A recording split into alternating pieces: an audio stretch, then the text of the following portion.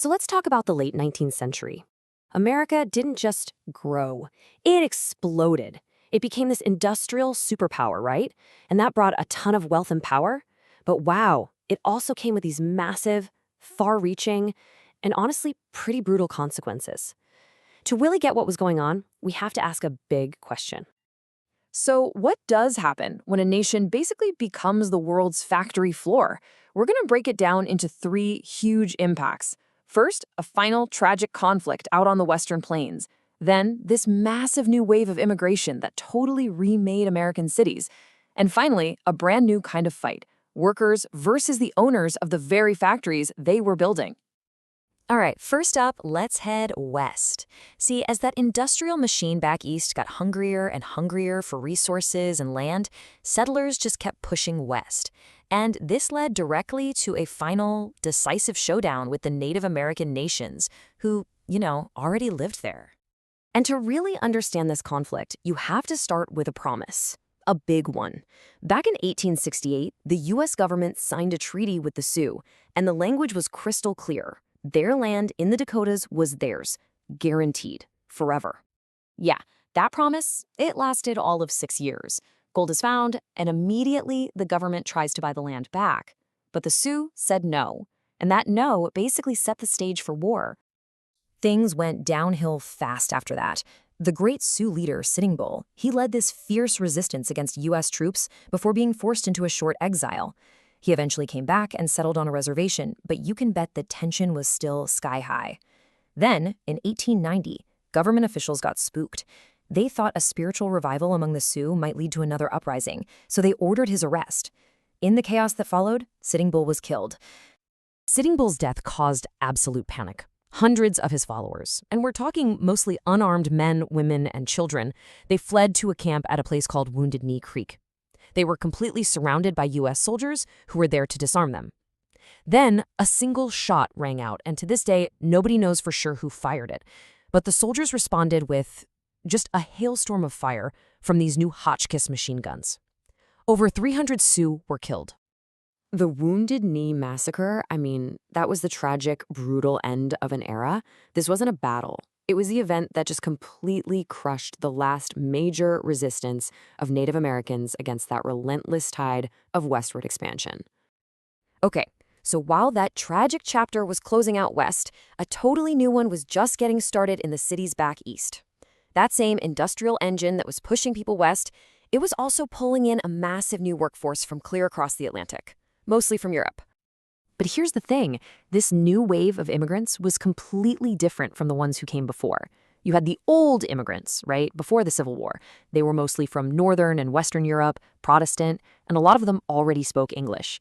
But these new immigrants, the ones coming for the factory jobs, they were from Eastern and Southern Europe. Many were Jewish or Catholic. They almost never spoke English, and they got a much rougher welcome. We're talking invasive health and welfare tests at places like Ellis Island. And since so many of these new immigrants arrived with basically nothing, they couldn't just go buy a farm. So what did they do? They packed into the cities, taking whatever low-wage, unskilled labor jobs they could find. And to survive, they built these incredible, vibrant ethnic communities, little pockets of their home countries, with their own newspapers, their own shops, and their own places of worship. It was their way of holding on. Which brings us to our third and final piece of the puzzle, and it takes us right inside those factories where so many new immigrants worked. This was the front line of a brand new American conflict, the workers versus the powerful owners. So what was life actually like for a factory worker back then? It was brutal. I'm talking rock-bottom wages, ridiculously long work days, zero vacation, zero sick days, and the workplaces themselves, they were often incredibly dangerous. And if you were just one worker, you had absolutely no power to change any of it. So, what do you do when you're powerless on your own? You team up. Workers started forming labor unions, and then those unions joined together to form even bigger organizations. The big one was the American Federation of Labor, the AFL, led for a long, long time by a guy named Samuel Gompers, and its whole purpose was simple: give workers power by letting them speak with one voice. And the AFL's number one tool in this fight? The strike. The whole idea was, if everyone stops working at the same time, you can force the bosses to the negotiating table and demand better pay, shorter hours, and, a safer place to work. And this whole conflict just boiled over during the Pullman strike of 1894. Here's what happened. The Pullman railcar factory fired almost half its workers and then cut wages for everyone else by up to 50%. So the workers walked out. And it got big, fast. Other railway unions showed solidarity and refused to handle any train that had a Pullman car on it. The result? Pretty much all rail traffic west of Chicago just stopped. And the government's response? President Grover Cleveland sent in the U.S. Army to shut the strike down. And that response tells you everything you need to know about how the establishment felt. For the heads of big business and their friends in government, labor unions weren't about fighting for rights. No way. They saw them as a menace, a direct threat to the entire American capitalist system. So let's pull back for a second. When you put all these pieces together, the conflict out west, the new faces flooding the cities, and the battles inside the factories, what you see is a nation being totally reforged in the fires of industry. So let's just recap the big takeaways here. America's industrial boom directly led to the final displacement of Native American nations. At the exact same time, it created a brand new, incredibly diverse urban society built on immigration. And within that new society, it sparked the massive fight for workers' rights through organized labor. See how it's all connected? Now, all of this change, all of this growth, it was all called progress.